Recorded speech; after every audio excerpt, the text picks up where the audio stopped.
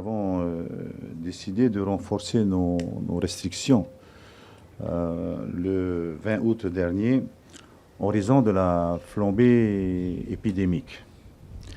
Alors, en début de restrictions, c'était donc le 20 août, effectivement, nous comptions un peu plus de 320 personnes hospitalisées, dont 40 en réanimation. Et nous totalisions 257 décès au 20 août dernier. Au jeudi de septembre, c'est-à-dire aujourd'hui même, nous comptons 388 personnes hospitalisées, dont 58 personnes en réanimation. Donc un peu plus de personnes effectivement en réanimation aujourd'hui, alors qu'ils étaient 40 au début de ce confinement. Aujourd'hui aussi, nous comptons 463 décès contre 257 au 20 août dernier. Et enfin, nous comptons 113 873 personnes complètement vaccinées, soit donc un peu plus de la moitié, 50,02% de la population polynésienne de plus de 12 ans. Nous ne sommes pas à décompter que les plus de 18 ans, mais plus de 12 ans, ce qui fait effectivement que depuis nous avons bien évolué. La progression du nombre de personnes hospitalisées a effectivement soumis nos structures hospitalières et le personnel à rude épreuve. Tout le monde a vu ces images de la nef de l'hôpital du Taonais qui ont été diffusées jeudi dernier, remplies de lits avec des malades en soins. Vous l'avez bien compris, plus de lits occupés entraîne plus de personnes, effectivement, soignants à mobiliser dans nos hôpitaux, mais aussi, il ne faut pas les oublier, dans les cliniques qui nous ont prêté main forte. Comme je l'ai appris, effectivement, je vous confirme que nous sommes d'accord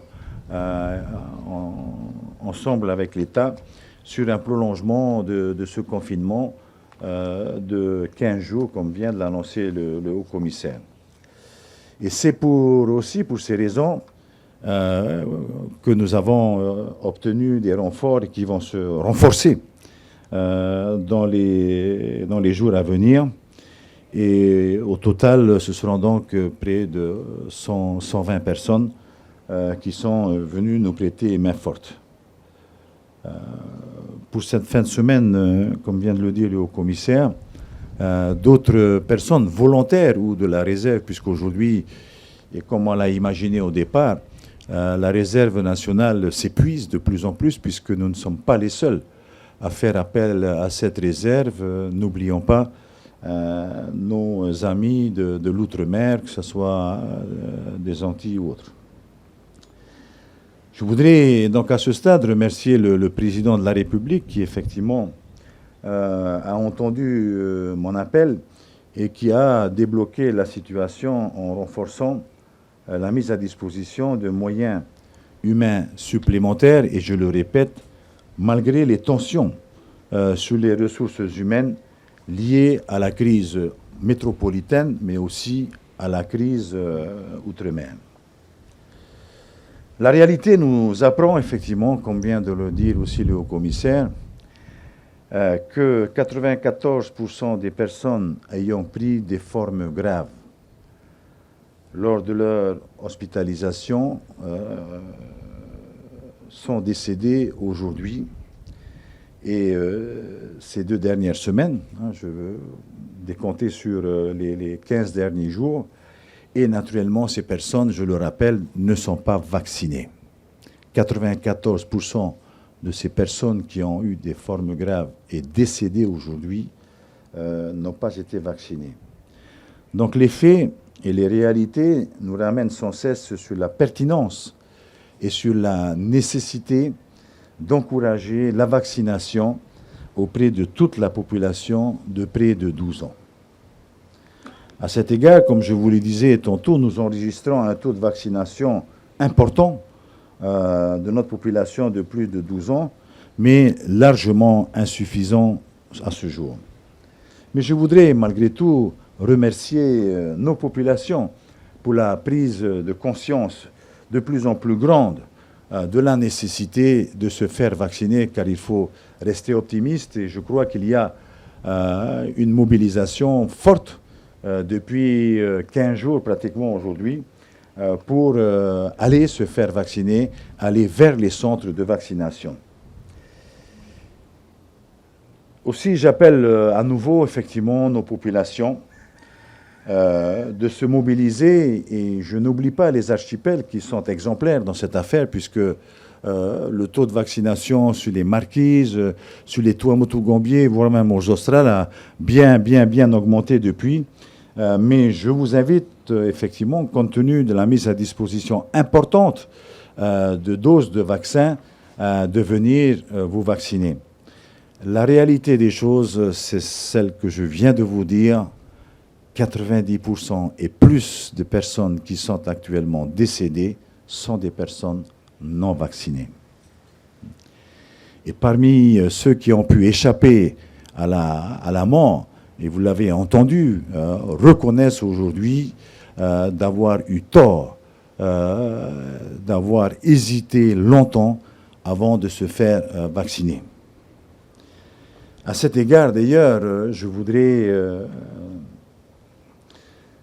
remercier notre ami Daniel Pogna, Monsieur Vaccin, et son binôme Manouté Agué, pour la réactivité de ces personnes. Et Pogna en sait quelque chose face à la demande pressante aujourd'hui des maires de déconcentrer totalement les centres de vaccination au sein de leur commune même, et voire même, et c'est ce que nous avons commencé sur une partie avec l'aide du RSMA et des militaires, à le faire dans des quartiers identifiés dans les communes. Et c'est une politique, effectivement, qui va, à mon sens, augmenter, faciliter en tous les cas, l'augmentation de ce nombre de vaccinations que nous attendons tous. Je vous rappelle que ce qu'il faudrait, ce qui est souhaitable, c'est ce qu'on vient de dire à la fin, c'est ce que vient de dire le haut-commissaire à la fin. Il faudrait que nous puissions atteindre les 80% de population vaccinée. Je ne compte pas sur l'immunisation suite au Covid dont ont porté certains d'entre nous. Ce qui peut être réel pour nous, c'est ce taux de vaccination qu'il faut se fixer le plus rapidement possible, proche de 100%. Et je voudrais là aussi faire appel à nos fonctionnaires. Je viens de décider de prolonger avec l'accord de Pogna, Daniel, le centre de vaccination de la présidence, qui, vous le savez, a été ouvert ces 15 derniers jours, qui a connu un succès, certes, il n'y a pas de problème, mais je voudrais que l'on puisse continuer une semaine afin que nos fonctionnaires viennent se vacciner à la présidence au plus tôt. Car après la présidence, vous serez obligés, effectivement, de vous rendre dans les centres éphémères qui seront ouverts dans les communes naturellement éloignées du centre-ville, alors qu'aujourd'hui, nous avons toutes les facilités d'accéder à ces vaccinodromes. L'autre sujet concerne effectivement la scolarité de nos enfants. Vous savez que nous avons mis donc les enfants en congé avec un suivi pédagogique pendant les 15 derniers jours. Ce congé sera donc prolongé d'une semaine avec un suivi pédagogique donc, qui sera assuré par les enseignants. Et une deuxième semaine derrière suivra donc la deuxième semaine de septembre qui correspondra à la semaine de congé de nos enfants comme prévu par la carte sanitaire, par la carte scolaire qui effectivement avait programmé pour le 11 septembre au dimanche 19 septembre des congés pour nos enfants. Sur les moyens sanitaires et financiers, je voudrais effectivement saluer la réactivité de l'État quant à l'envoi de personnel soignant. Mais je voudrais aussi rappeler ici que le pays continue à mettre à disposition de nos structures sanitaires les moyens nécessaires pour répondre à leur appel. Dans ce contexte, celui que nous connaissons aujourd'hui, le gouvernement a pris rapidement des mesures concrètes pour la santé en dégageant des crédits d'urgence de l'ordre de 3 milliards de francs. Tout d'abord, naturellement, le CHPF qui supporte le choc de cette évolution de la pandémie avec une subvention qui sera inscrite au prochain collectif et ce, en accord avec la direction de l'hôpital, une subvention de 963 millions qui sera mise à sa disposition pour la prise en charge de personnel supplémentaire, puisque en plus, effectivement, de ce que nous envoie la réserve nationale, il nous faut soutenir les brancardiers, il nous faut soutenir le personnel administratif, voire certains aides-soignants. Donc 552 millions seront consacrés à cela. Peut-être un autre chiffre qui peut nous intéresser, c'est celui que nous allons consacrer pour les molécules onéreuses qui nécessitent aujourd'hui un supplément de 615 millions de francs pacifiques. Le pays apportera donc une dotation complémentaire à la caisse de prévoyance sociale. Nous avons aussi inscrit, nous allons inscrire au collectif à venir 200 millions pour la prise en charge des malades dans les centres de rééducation et centres hospitaliers privés. Nous avons vu des reportages que vous avez faits au niveau des médias pour effectivement mettre en exergue le fait qu'aujourd'hui, après la Covid, après l'hospitalisation due à la Covid, il y a effectivement une suite qui doit être prise en charge par les structures et principalement donc les structures de rééducation qui existent ici en Polynésie française comme Te Ora et puis bon, il y en a d'autres. Donc voilà, actuellement l'impact de cette crise aujourd'hui qui a été chiffré, comme je vous le disais, avec la direction de la santé et la direction du centre hospitalier de Taoné. Cet argent va être rendu disponible rapidement avec le vote du 4e collectif budgétaire qui sera soumis incessamment sous peu à la sanction de l'Assemblée de Polynésie française. Pour le soutien à l'économie, à l'emploi et à l'économie, je ne reviendrai pas sur ce qui vous a été dit la semaine dernière par notre ministre de l'économie et notre ministre de l'emploi. Bien sûr que ces mesures de restriction vont engendrer pour le pays de nouveaux engagements, de nouvelles dépenses. Nous devons également continuer à gérer ce volet, car il faut constater que c'est une pluie de recours contre nos mesures et nos dispositifs, tels que l'ETIS, hier l'obligation de vaccination, etc. Jusqu'à présent, je dois le dire, les référés portés contre ces mesures déposés par les détracteurs ont pratiquement été tous rejetés,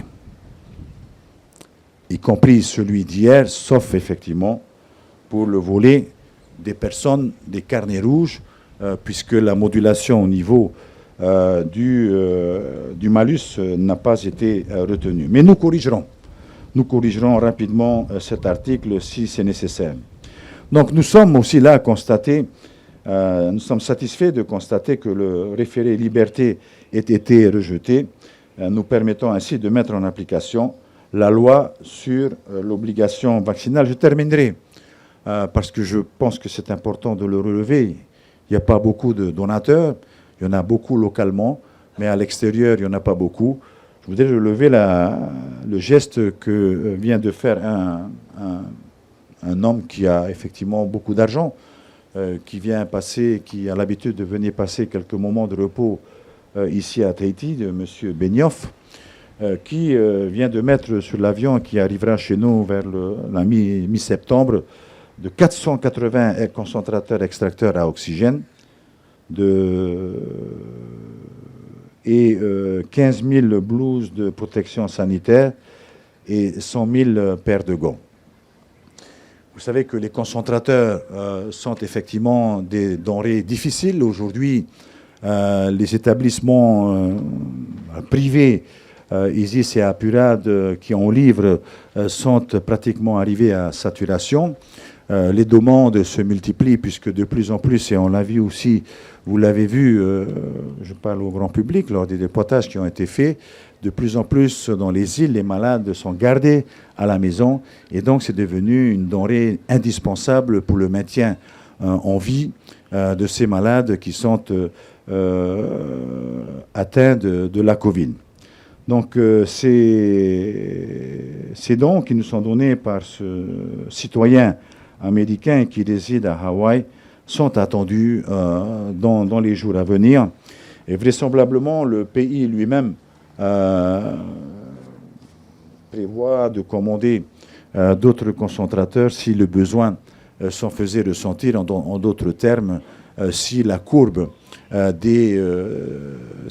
des malades en voie d'hospitalisation, puisqu'il faut les prendre bien avant leur hospitalisation, continue dans sa croissance.